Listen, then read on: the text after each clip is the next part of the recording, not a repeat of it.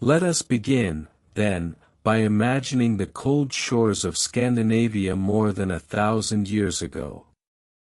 The lands of the north were hard and unyielding.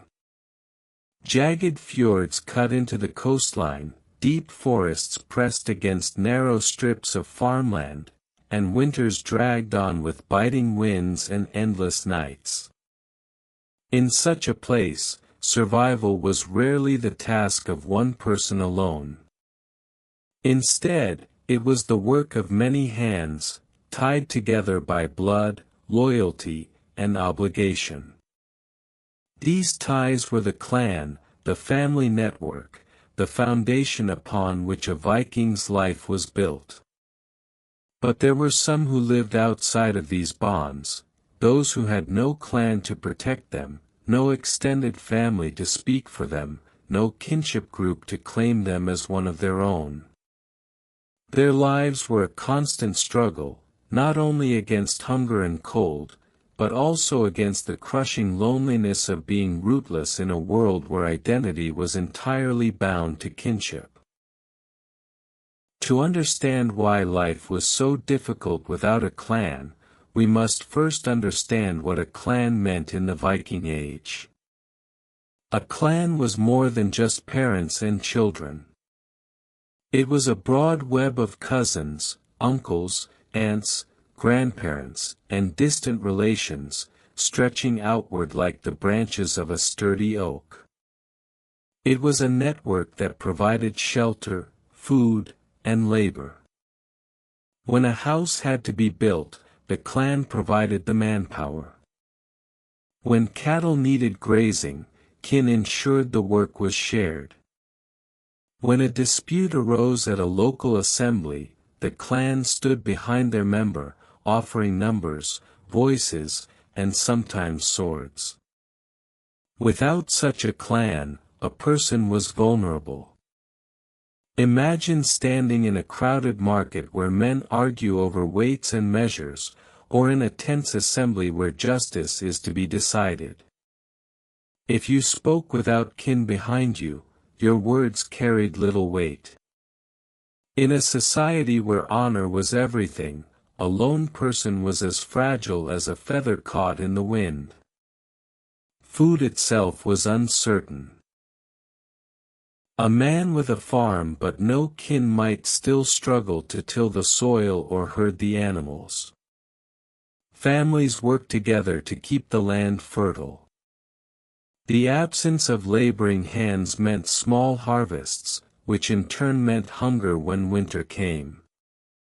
A woman without kin might find herself in an even harsher position. In a world where women relied on family for dowries, protection, and social standing, being without a clan could mean falling into servitude or worse, being cast adrift as a beggar. And so, being clanless was not simply inconvenient, it was perilous. Let us take a slower walk through the many layers of hardship such a person faced. First, there was law. The Viking world was bound by customary law, preserved in oral tradition and declared at assemblies called the Thing. The Thing was not merely a gathering of leaders but a great communal court where disputes were heard. But when cases were brought forward, the voices of kin mattered. If someone accused you of theft, it was your kin who would swear oaths on your behalf. If someone injured you, it was your kin who. Let us continue, then, with the life of one who finds himself cast adrift in the Viking world. Imagine a man named Eirik, though he might have been anyone. Eirik was not always alone. Once, he had a family, a small farm, and kin to call upon. But fate, as it so often did in the north, struck with merciless force. A sickness swept through his household one bitter winter, taking first his children, then his wife, and finally his brothers. One by one, the bonds that had tethered him to the world snapped, leaving him adrift, like a ship cut loose from its moorings. When the thaw came, and the fjords opened again, Eirik stepped out into a world that no longer recognized him. He was a man without kin, and though his hands were strong and his heart still beat, he had been reduced to something less than whole. The farm he tried to maintain alone. Yet even the strongest man could not hope to harvest the fields, herd the animals, and mend the fences by himself. The work was too much, and the land began to decay around him. Neighbors saw his struggle, but they offered little help.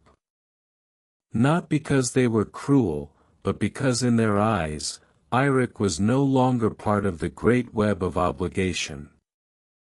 To spend their strength on him would bring no return, for he had no kin to return the favor, no clan to ally with theirs. In time, the farm dwindled, and Eirik abandoned it, setting out to seek another life. Thus began his wandering. We may follow him now, as he walks the long dirt roads that weave between the fjords and forests, carrying only a small bundle and an axe. His days are filled with hunger and his nights with silence. He begs shelter at farmsteads, and sometimes they let him in, offering a place by the fire.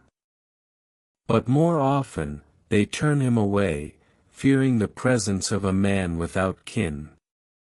For what could he offer? What guarantee of loyalty or honor did he carry? On one occasion, he approaches the great hall of a chieftain. Smoke curls from the roof, and the sound of laughter drifts into the cold evening air. Eirik pauses at the threshold, his stomach hollow with hunger, his lips cracked from the wind. Inside, men feast, their kin around them, their names tied to stories that stretch back generations. Eirik steps forward, but a guard bars his way. "Who are you?" the guard asks. "I am Eirik," he replies simply. Eirik, son of who? And there it is, the question he cannot answer. For he has no father to name, no brothers to speak of, no lineage to claim. The silence stretches between them, and in that silence, the guard shakes his head. "You have no place here." And so Eirik turns away, the sound of laughter fading behind him, replaced by the soft crunch of snow beneath his boots. This was the fate of many like him, men and women who walked in the shadow of society. Without kin, their names meant little. Without kin, their voices were lost in the noise of assemblies. Without kin, they were as fragile as single stalks of grain in a storm. Yet Eirik did not. Let us turn now to the life of a woman who bore the weight of being clanless. Her name, though we may choose to call her Astrid, was little known beyond the boundaries of her small village. In truth, it might never have been remembered at all, for women without kin left behind few traces. Their lives were as fragile as smoke, vanishing into the cold northern air. Astrid's troubles began when she was young. Her father, once a modest farmer, died in a sudden accident at sea, his boat smashed against rocks in a storm. Her mother, too, passed within a year, taken by illness. Astrid had no brothers, no sisters, no uncles or aunts near enough to claim her. In a world where a woman's position was secured through family, she was left unmoored. A woman's kin was meant to protect her.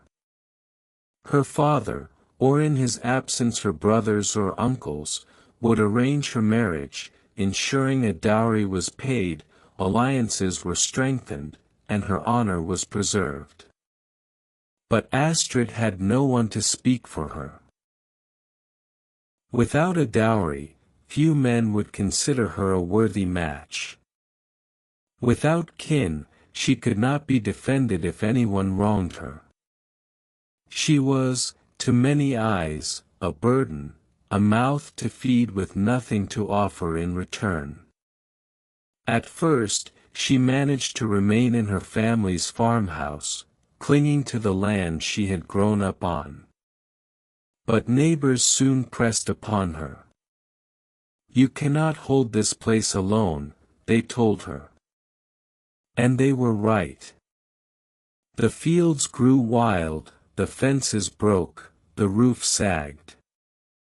Alone, Astrid could not maintain the farm. In time, the land was taken by others, folded into the holdings of a wealthier family. Astrid received little more than pity, and with no kin to protest, she had no power to resist. She became a wanderer, moving from household to household, offering her labor where she could.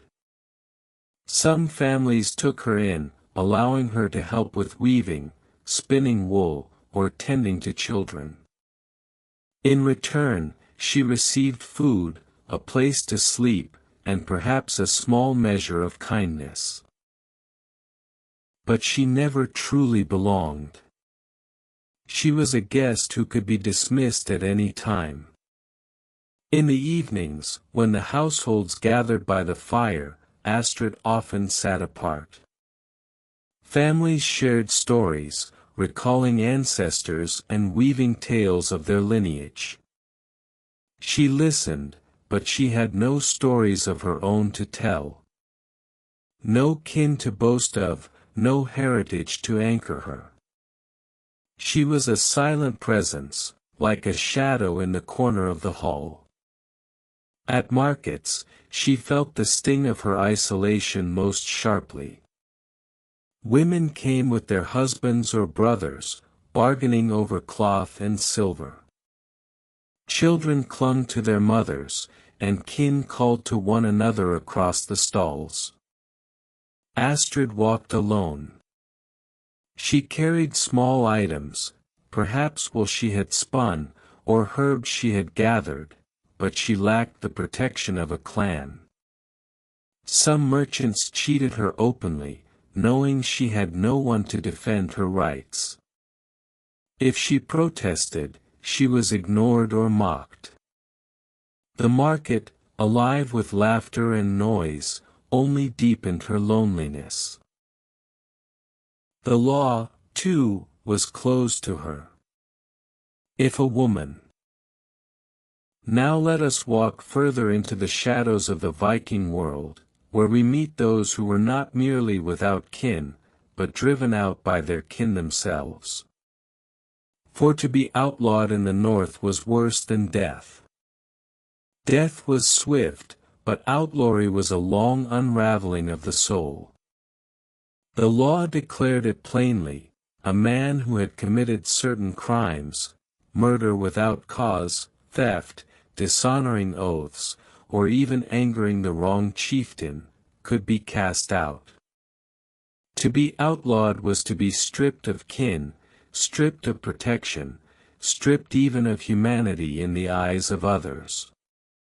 An outlaw was no longer part of the circle of men.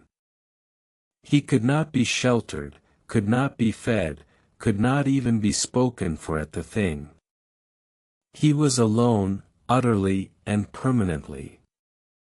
Imagine such a man. We may call him Kjell.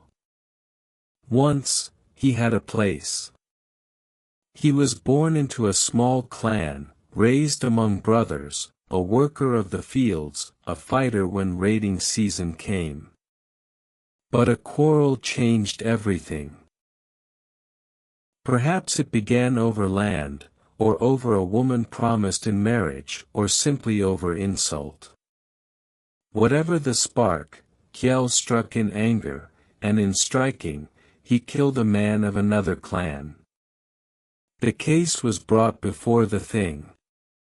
His kin argued, but they were weak, their voices drowned by the louder, stronger family of the dead man. Compensation, silver and land, was demanded, but Kjell's clan could not pay enough. And so the ruling came, outlawry. Kjell was cast out. His own kin turned from him, for to shelter him now would bring ruin upon them. He was told to leave the land within days, or else be killed without consequence. From that moment on, Kjell was clanless, nameless, nothing. We may follow him, then, as he walks away from the settlement, the familiar fields shrinking behind him, the mountains ahead vast and uncaring. He carries only his axe, a small sack of food, and the weight of knowing that every man he passes may now kill him freely. The forest becomes his home. He builds a crude shelter from branches, digs roots, hunts small game. Hunger is his constant companion. Nights are long and heavy with silence, broken only by the distant howl of wolves. By day, he creeps along paths, always watching, always wary. Sometimes, he dares approach villages. He watches from the edge of the trees as smoke rises from longhouses, as laughter drifts on the air. He remembers what it was to sit by such a fire, to drink mead, to share stories. But now, if he steps inside, he will be seized. And so he watches, and he turns away, and he remains alone. In time, his appearance changes. His beard grows wild, his clothes turn ragged. His face becomes gaunt from hunger, his eyes sharp with caution.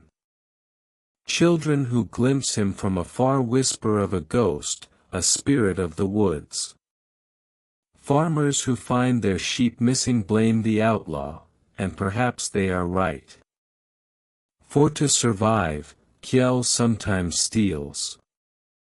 Yet theft only deepens his curse.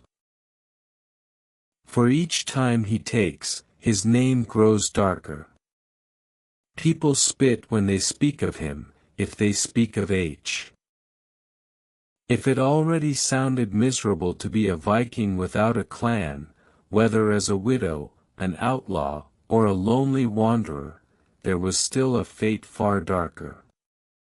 And that was to be a thrall. A slave. A human being stripped not only of clan ties, but of freedom itself. The Vikings, after all, were not only raiders of silver and gold. They were takers of people.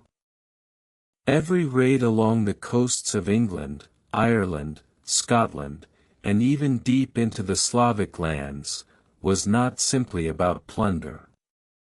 It was about capturing men, women, and children who would be dragged back across the sea, sold in bustling slave markets, and forced into lives where clan meant nothing, because they were not considered kin, or even fully people.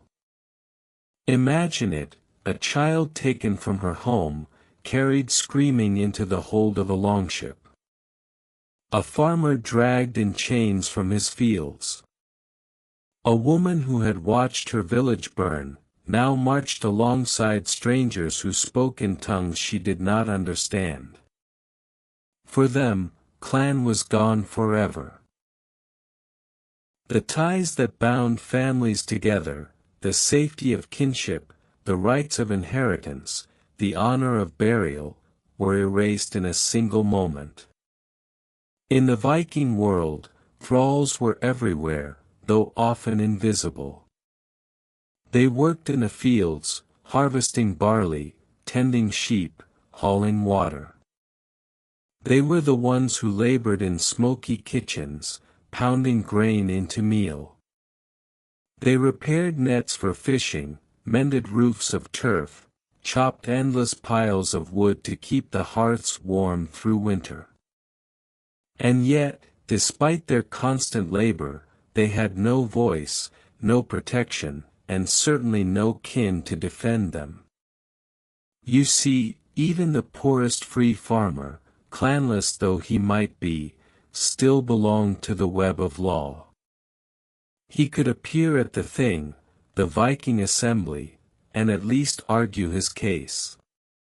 He could demand wergild, the blood price, if wronged. But the thrall had no such right. He was property. He was silenced by definition. And perhaps most tragic of all, slaves who were taken from foreign lands had their language torn away. In a Viking longhouse, they would hear the hum of Norse conversations, the laughter of families gathered, the storytelling around the fire. And they would sit silently in the corner, unable to understand, unable to join, unable to belong. For them, it was as though they had been stripped of the very music of human life. The clanless slave was also nameless, in many ways. Vikings often renamed their thralls, giving them crude nicknames or shortened forms, erasing whatever identity they once carried. Imagine your name, your story, your ancestry, gone, replaced with something that sounded useful or mocking. You were no longer who you had been. You were only what you could do. The nights for a thrall must have been the longest. While the household gathered on benches around the hearth, eating meat, passing horns of ale, telling sagas of heroes, the thralls sat by the door, in the coldest draught, chewing on scraps and waiting to be told what to clean, what to mend, what to carry. Imagine for a moment that you are born into a world where kinship is everything.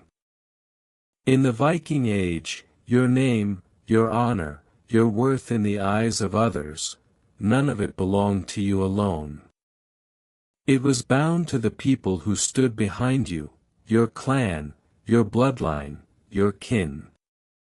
Without them, you were a shadow at the edge of the fire, a whisper without weight, a body without name.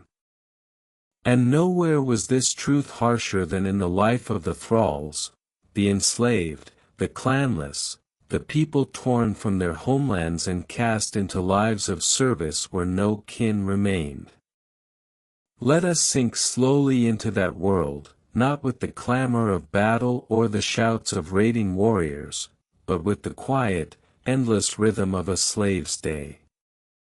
It was a life marked not by glory, not by saga, but by anonymity and silence. The thrall woke before the sun rose, when the longhouse was still heavy with the smell of smoke and the faint breath of those still sleeping. His place was not by the hearth, nor beside family, but near the door, where cold draughts crept in. He rose without being summoned, for his day belonged to others. His hands reached for wood, for water, for the endless tasks that gave him no honor and no voice. Unlike a free man, he could not choose his work, nor complain of its weight. The master's household commanded, and he obeyed. He might carry buckets of icy water from the stream, chop logs until his arms ached, or tend to the cattle in bitter winds that cut his skin raw. And when he paused to breathe, there was no one to thank him, no kin to defend him if he faltered. He was alone, utterly alone. The strange thing about Viking slavery was that it stripped a person of more than freedom. It stripped them of belonging. A free man without a clan might still beg favor, or pledge himself as a follower to a lord. But a thrall had no such door.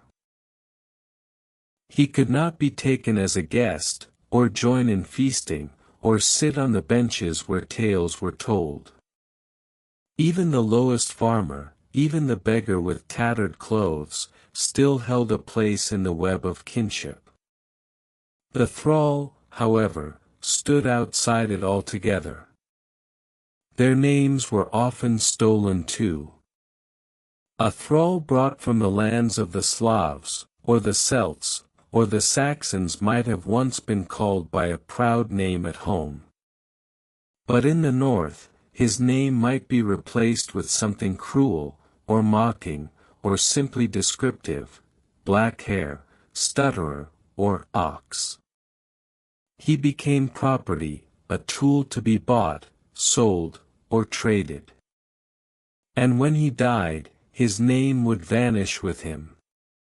No stone would mark his grave, no song would preserve his deeds. And yet, even in this bleakness, life had its cruel rhythms. The thrall's world was full of sounds that others barely noticed.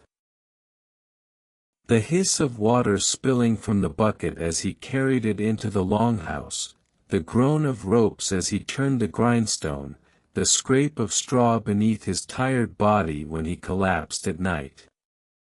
Small details became the texture of his existence, for he had little else to claim.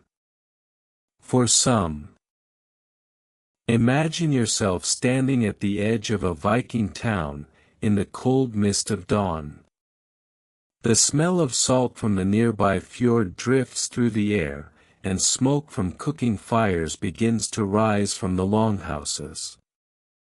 The people here belong to clans, families tied together by blood, oath, or marriage.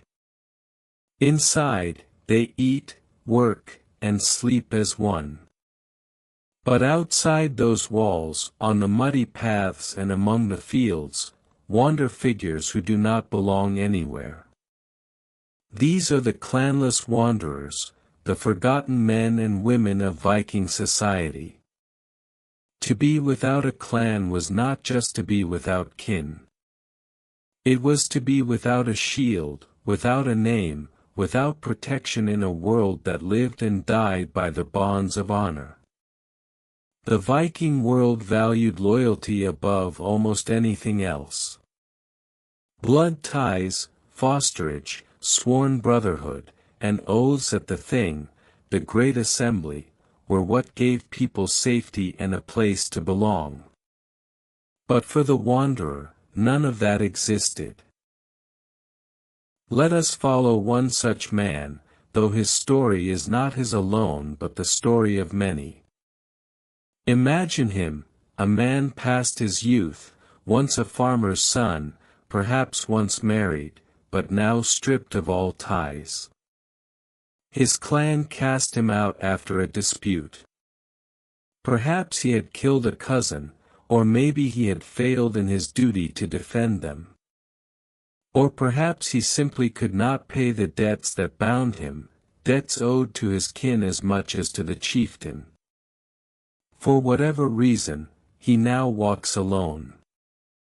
He carries little with him, a worn woolen tunic, a leather belt with a small knife, and a cloak patched too many times. His boots are cracked, his beard tangled, his face thin from too many nights without a proper meal. He sleeps wherever he can, sometimes in abandoned barns, sometimes on the edges of forests, and if lucky, on the floor of a longhouse where a sympathetic farmer might let him rest in exchange for a night's labor. In the eyes of society, he is almost invisible. The Vikings had words for such people. Men lauser, men without, meaning men without kin, without place, without protection. They were tolerated at best, despised at worst. Unlike thralls, they were not property, but unlike free men, they had no one to defend their honor. If someone beat them, robbed them, or even killed them, there was no clan to seek vengeance, no one to demand justice at the thing. In practice, they lived in a gray space between freedom and slavery. Wanderers survived however they could. Some offered their labor as day workers, cutting wood, harvesting fields, or rowing on fishing boats. Payment was meager, a bit of bread, some ale, maybe a corner of straw to sleep on. Others became entertainers of a sort, telling sagas, singing, or carrying gossip from one town to another. For a night, people might laugh at their stories, then dismiss them in the morning. But the darker path was always close. Many wanderers turned to theft, or even worse, became outlaws' companions. They lingered on the edges of markets, slipping knives into careless purses or stealing bread from stalls. The story of a Viking without a clan was not just about hunger, exile, or the endless cold nights.